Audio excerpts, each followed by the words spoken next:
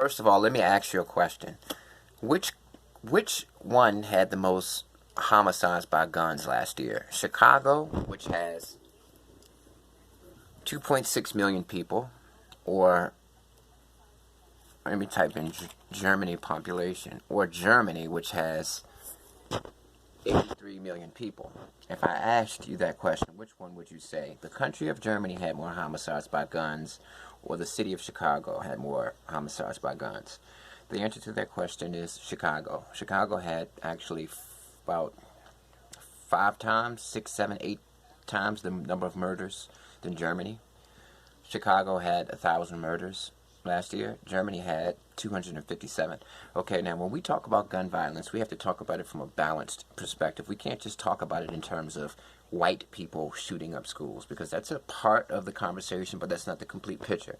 I read a story coming from Chicago. People wonder, how do people in the hood, in the ghettos, how do these gangbangers, how do they get access to these weapons? There was a story out of Chicago, out of the east side of Chicago. There's a neighborhood called Pocket Town. They were these U.S. soldiers, okay? Black guys, these U.S. soldiers. They were very successful. They were in the military. They were career-oriented. They were going to retire from the military until the situation happened to them. And what happened is the federal government was investigating a clique of gang members out of Pocket Town, right? So what happened is they were trying to figure out where these guys were getting their guns. Somebody in the gang snitched and said, hey, there are 2 guys who are in the military. They're from our neighborhood, but they never were into gangbanging. They were never into criminality. But they know that our neighborhood is at war with another neighborhood, and they want to contribute. So what they would do is they would go use their military credentials, their clean backgrounds, and they would go to different gun shows in the South, and they would buy high-powered handguns. They would buy the best of the best when it comes to firearms, and they would give it to the gang members. And basically, I'm telling you this story so that you can understand how these weapons enter into the community. Now, that's one way. These guys got indicted. They got kicked out the military, and they're standing trial right now in a RICO case, and they found text messages of the guys sending them texts with pictures of the guns. Hey, just got a Glock 17. Give me $200 and it's yours.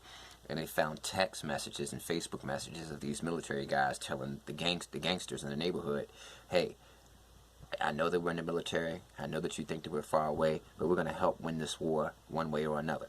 So that's just to give you an idea of how weapons enter into these communities. It's not the gangsters that are going out and getting them.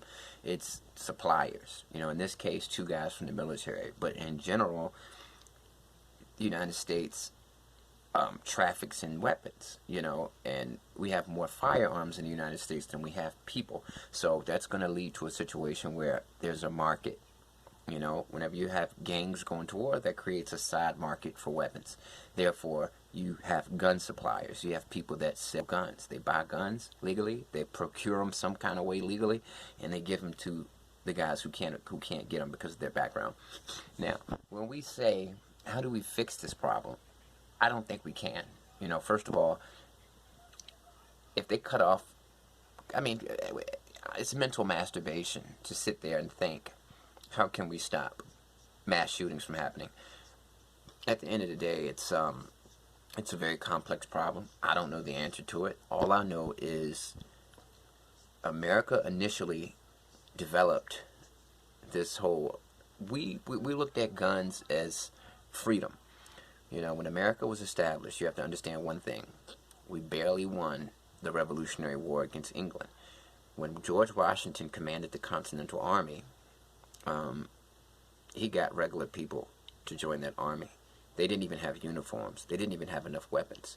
The only reason we won our freedom as Americans is because Benjamin Franklin went to France and he wooed the French government and took advantage of their rivalry with England, because if you know anything about history, you know that France and England have always hated each other and they've always went to war, i.e. Napoleonic Wars, 1812. And what happened is France gave America a loan. They gave America millions of dollars, and they allowed America to use some of the ships in their fleet because we didn't have a navy. All we had were a bunch of farmers and regular guys who didn't have any combat experience. They didn't even have a uniform. Ragtag group of people. At first we were losing every battle, and then eventually Washington whipped them into shape. And you got to also understand, back then there was a hefty amount of people who didn't want America to become free. They wanted to stay linked to England because a lot of them came from England. So we became free, but the gun thing was there because we wanted to remain free. You know, we learned our lesson. We knew that the only reason we won our freedom is because France helped us. Okay?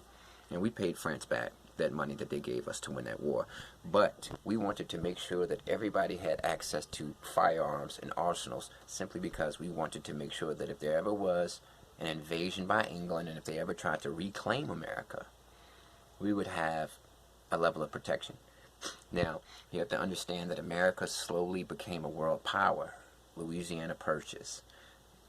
You know, we got Spain. We got Florida from Spain. We got Alaska from Russia. The 50 states took years and years to actually develop. At first, it was 13 colonies. So as the years went on, we grabbed pieces of land and we made 50 states. So you have to understand that America truly is an experiment. We're truly less than 300 years old. So when we sit here and we ask, how do we stop mass shootings? What do we do about gun control? First of all, it's essential that we go through the natural process of asking these questions, because we are an experimental country. We are a baby, an infant country. China has been around for 7,000 years.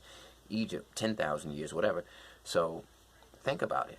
These problems are American problems. Uniquely American, because there's never ever been anything like America in this world. America is an accident.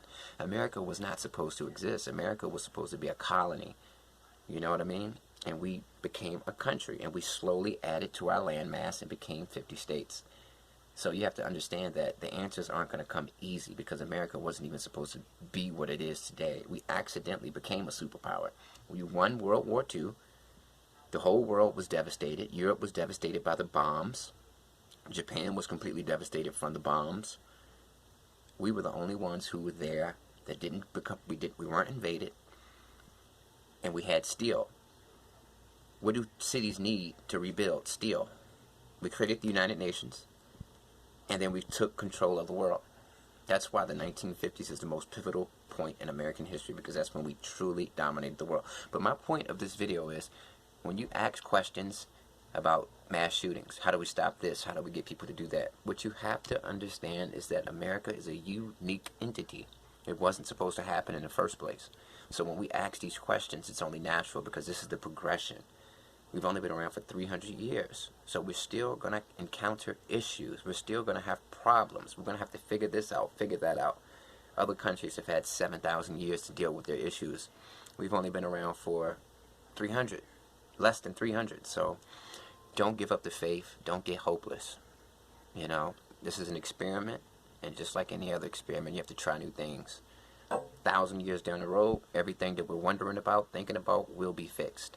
But we're in the infancy stage, so don't forget that. And don't let these big ideas depress you. Don't let it make you argue with people. The fact of the matter is, nobody knows what to do. Like I said, America wasn't even supposed to be here. Peace.